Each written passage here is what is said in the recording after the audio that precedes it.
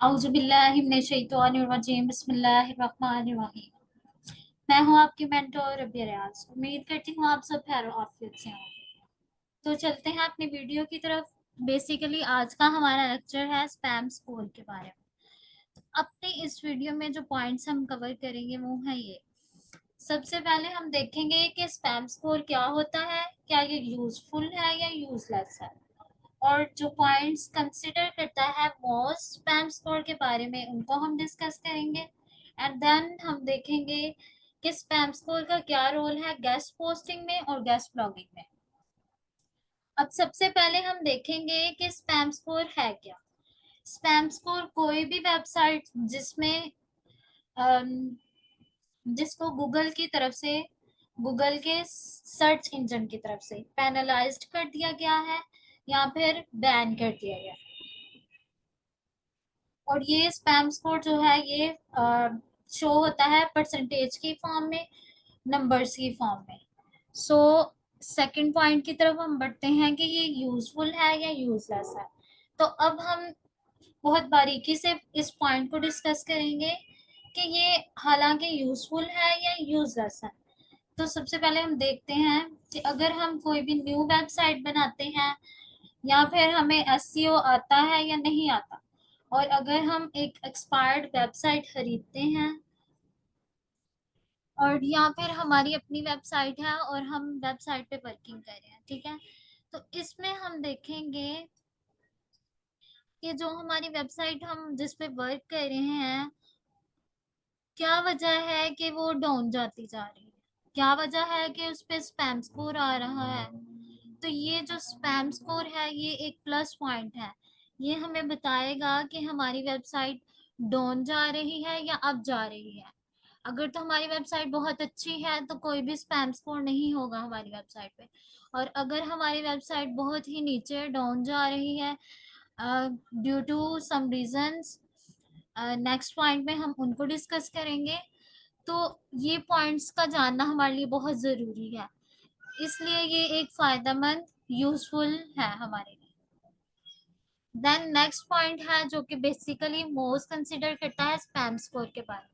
उसमें सबसे पहले हमारे पास एक ऐसी वेबसाइट है जिसमें नंबर ऑफ पेजेस बहुत कम है। मीन्स कि वो एक वेबसाइट है या वो नई बनी है या पुरानी है या कोई भी वेबसाइट है, किसी भी निच के बारे में है, किसी भी चीज के बारे में है, उसके या तो एक पेज है या दो पेज है, इतने पेजेस पे वो वेबसाइट जो है ना बनी हुई है, ठीक है। तो वो वाली वेबसाइट जो है ना उसको मोस्ट जो है ना स्पैमी कंसिडर कर देगा।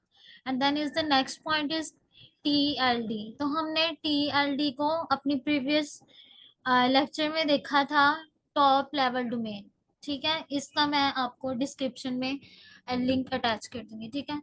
तो यहाँ पे टॉप लेवल डोमेन में हमारे पास ज्यादा कॉमन मैंने बताया था कि हमारे पास डॉट कॉम ही यूज होती है।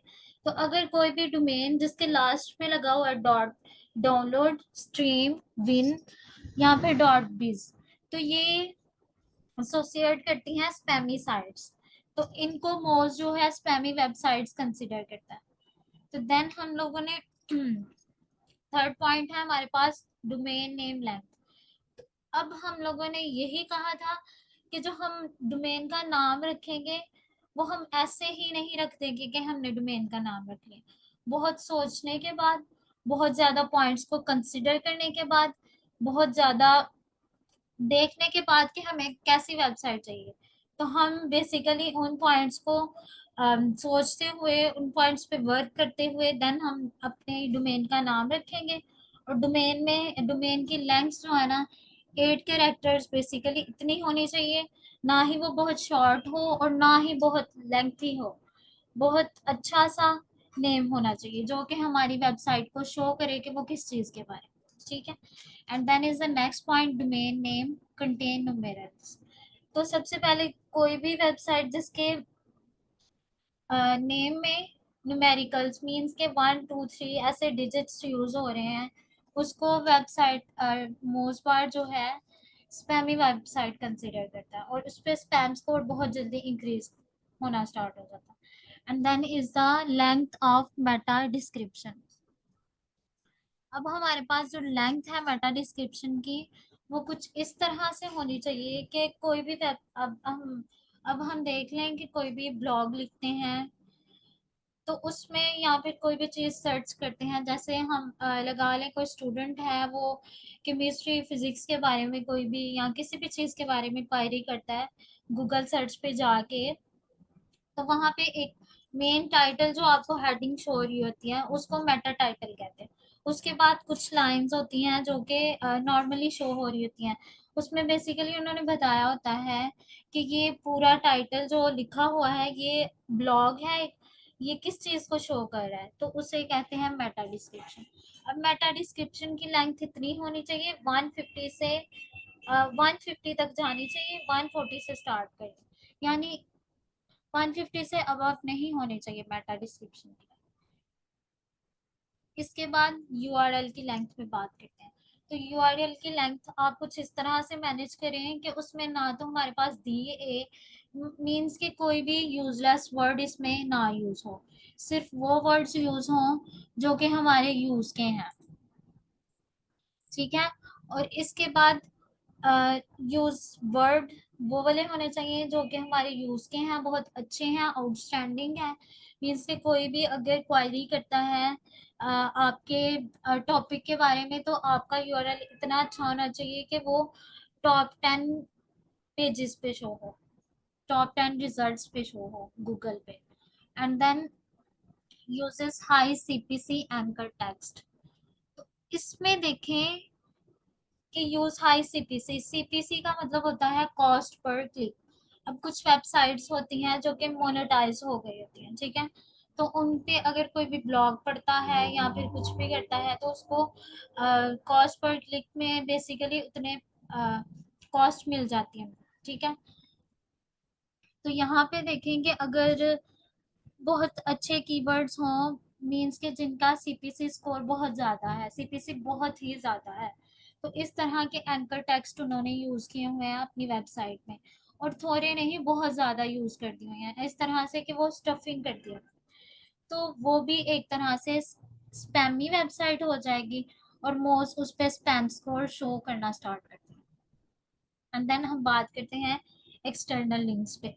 तो एक्सटर्नल लिंक्स जो है इसमें मेन जो उसने बताया है कि एक्सटर्नल लिंक्स वो वाले लिंक्स होंगे एक्सटर्नल लिंक्स में, इसको इसलिए इस पॉइंट में कंसिडर किया, देखें अगर कोई भी हम ब्लॉग लिखते हैं तो उसमें हम लोग कह देते हैं कि हमने लिंक्स ऐड किए हुए हैं, इस एक्सटर्नल लिंक्स की वीडियो आपको नेक्स्ट प्रोवाइड की जाएगी कि ये क्या चीज़ है या किस चीज़ से रिलेटेड मैं बात कर रही हूँ, ठीक है।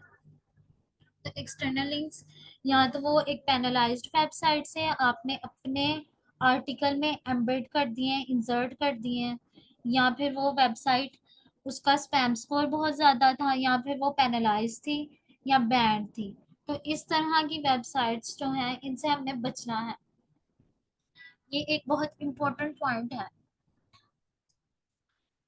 एंड देन हम नेक्स्ट बात करेंगे कि स्पैम स्कोर का क्या रोल है गेस्ट पोस्टिंग और गेस्ट ब्लॉगिंग में। मेनली फर्स्ट ऑफ ऑल तो हम सबको पता है कि गेस्ट पोस्टिंग को ही गेस्ट ब्लॉगिंग कहते हैं, हमारा सबसे पहला लेक्चर इसी पर था।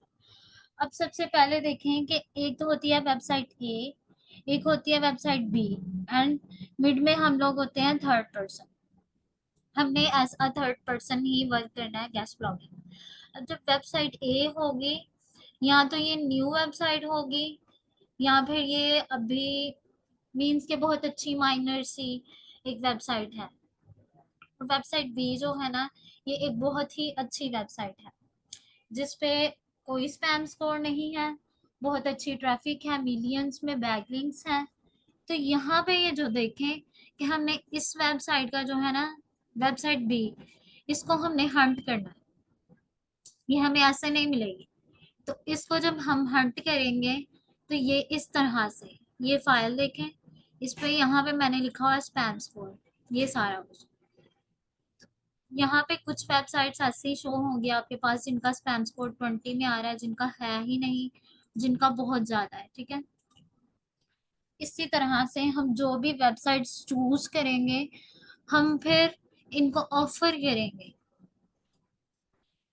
कि हम जो है ना, हमने आपसे आर्टिकल जो है ना पब्लिश करवाना है, तो आप इतनी हम उनको ऑफर कर देंगे कि हमें बीच में से हमारा बोनस जो है ना वो हम अलहदा रख लें, और हम उनसे इस मीन्स के डबल पैसे ले लेंगे, ठीक है, वेबसाइट ए से, और वेबसाइट बी को हम पे कर देंगे आर्टिकल अपलोडिंग के बाद। हमें स्पैम स्कोर की ज़रूरत होती है जब हम वेंडर फाइल बनाते हैं। वेंडर फाइल कंप्लीट बनाने का मेथड भी आपको सिखाया जाएगा कि हमने यूआरएल कैसे फाइंड करना है, नीच कैसे निकालनी है, या कंट्री, डीआर, ट्रैफिक, प्राइस क्या लगाएंगे हम, domain authority, traffic, spam score, ये कंप्लीट मेथड आपको सिखाया जाएगा। तो इसके लिए ये मेजर रोल प्ले करता है, क्योंकि कोई भी पर्सन अगर हमसे गेस्ट पोस्टिंग या गेस्ट ब्लॉगिंग करवाता है, तो उसको, अगर तो उसकी अपनी वेबसाइट ए वाला बंदा बिल्कुल न्यू वेबसाइट लेके है और उसने वेबसाइट बी पे करवानी है, वो भी एक बहुत अच्छी वेबसाइट है, तो अब वो जो है वो एक अच्छी रकम देगा अपना आर्टिकल पब्लिश करवाने के लिए वेबसाइट बी पे। तो देन हम उनसे कांटेक्ट कैसे करेंगे, क्या टेम्पलेट्स यूज करेंगे, कैसे करेंगे, ये सारा मेथड हम सीखेंगे अपने इस कंप्लीट कोर्स में। अगर आप हमसे लाइव क्लासेस लेना चाहते हैं, लाइव लेक्चर्स, तो आप हमसे कांटेक्ट कर सकते हैं। एडीएस एडवांस डिजिटल स्किल्स हमारा वेबसाइट पेज है, फेसबुक पेज, व्हाट्सएप चैनल और यूट्यूब चैनल, इन सब का मैं आपको लिंक डिस्क्रिप्शन में प्रोवाइड कर दूंगी। एंड हमारी वीडियोस को लाइक, कमेंट और इस चैनल को सब्सक्राइब करना मत भूलिएगा। मिलते हैं अपनी नेक्स्ट वीडियो में इंशाल्लाह। अपना बहुत सा ख्याल रखिएगा। अल्लाह हाफिज।